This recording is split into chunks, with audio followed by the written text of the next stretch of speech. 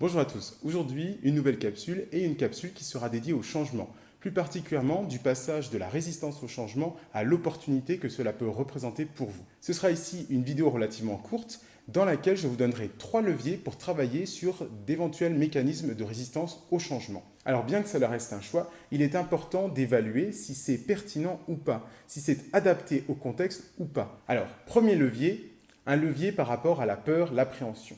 Le changement, lorsqu'il déclenche un mécanisme de résistance, est le fruit d'une forme de peur ou d'appréhension, peu importe l'étiquette que vous allez mettre sur l'état émotionnel. En tout cas, vous sentez peut-être au niveau de la gorge, au niveau du ventre, ou vous vous dites peut-être, peu importe, il y a en fait quelque chose qui fait que vous ne vous sentez pas à l'aise avec l'idée du changement, l'idée de sortir de votre fameuse zone de confort, votre zone habituelle, vos habitudes, votre routine. Le premier levier, c'est de poser une simple question, quel est le problème?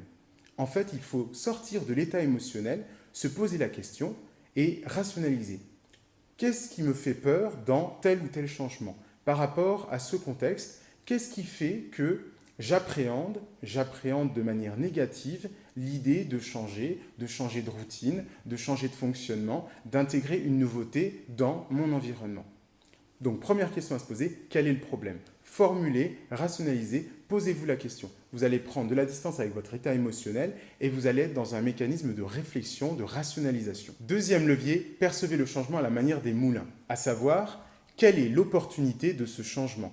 Quelle est l'opportunité? Quelles sont les opportunités de cette nouveauté? Si j'intègre, si vous intégrez cette nouveauté, ce changement, si vous l'acceptez, si vous l'appréhendez avec une attitude bienveillante, eh bien, quelle sera l'opportunité? Qu'est-ce que ça va vous apporter? Qu'est-ce que ça vous apportera de plus? Qu'est-ce que ça vous apportera de mieux? Faire le parallèle entre ce que vous avez aujourd'hui, votre routine, votre habitude, votre train-train, et ce que vous aurez demain grâce à ce changement. En quoi il pourrait être bénéfique?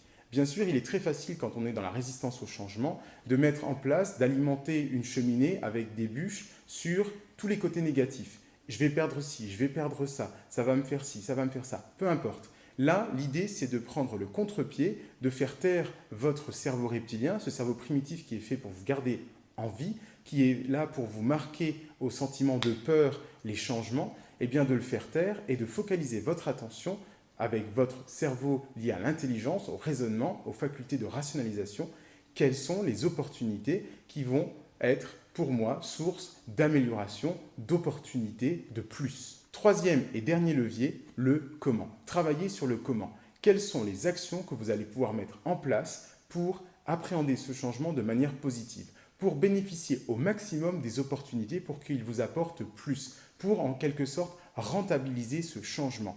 Et ces actions, vous allez les mettre en place à l'aide de ressources, qu'elles soient internes, des ressources qui dépendent uniquement de vous, que vous avez à disposition dans votre état d'esprit, par exemple, ou des ressources externes. Quelles sont les personnes qui vont vous permettre d'être des supports, qui vont vous permettre d'être des appuis dans ce que vous voulez faire. Peut-être allez-vous faire appel à des personnes. Demain, vous devez changer de travail, on vous mute dans un pays étranger, vous devez apprendre une nouvelle langue. Une ressource peut être un professeur de langue. Une ressource peut être un accompagnant quelconque, comme un coach ou autre, qui va vous accompagner dans cette démarche, qui va vous permettre de fixer des objectifs, d'identifier les obstacles, les freins. Donc, quelles sont les ressources internes ou externes et surtout aussi quelles sont les ressources dont vous disposez déjà et quelles sont les ressources que vous allez devoir acquérir pour faire face à ces changements.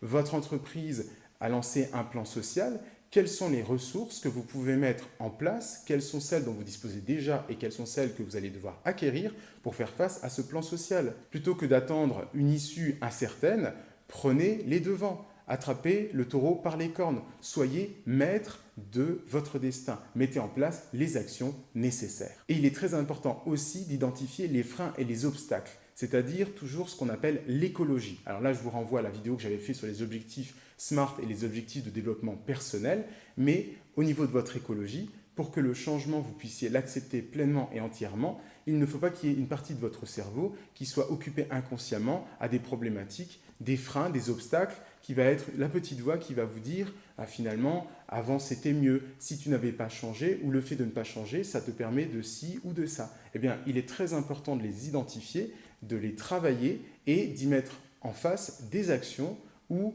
de les mesurer, de savoir si elles vont être de vrais freins, de vrais obstacles, des conditions sine qua non pour pouvoir évoluer et accepter le changement. C'est la fin de cette capsule sur le changement qui était là pour vous donner 3 leviers simples et rapides pour faire face au changement et transformer le mécanisme de résistance au changement en opportunité du changement. Alors j'espère que ça vous a plu, n'oubliez pas de vous abonner et on se retrouve très bientôt pour des compléments à cette capsule, aux autres vidéos que je fais. Il ne vous reste plus qu'à passer à l'action et on se retrouve très bientôt pour de nouvelles séquences.